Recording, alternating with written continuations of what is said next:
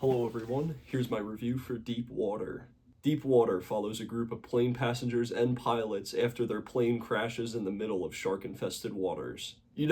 I could see a lot of people watching Deep Water and finding a lot to dislike about it. Visually, it's really not great. Thankfully, the issue is not the modern trend of shooting everything center frame.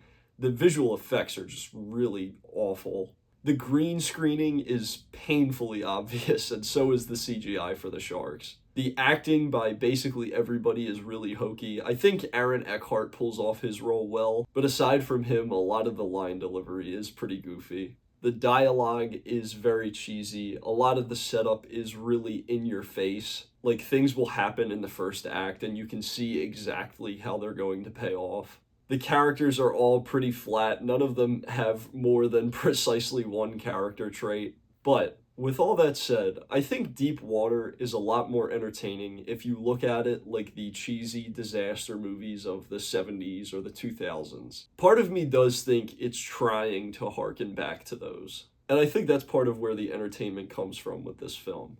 It has a variety of sources of tension. Some are kitschy, some are genuine, but at least it's all there. The pacing is also kept up even though the film is close to 2 hours, and it has a fairly good handle on how to use its premise. A lot of the characters end up becoming shark fodder, and it's usually pretty obvious when one is going to.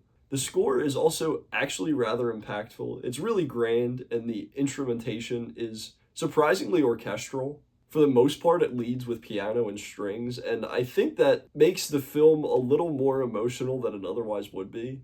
And the music taking itself seriously, I think, brings Deep Water closer to those goofy disaster movies.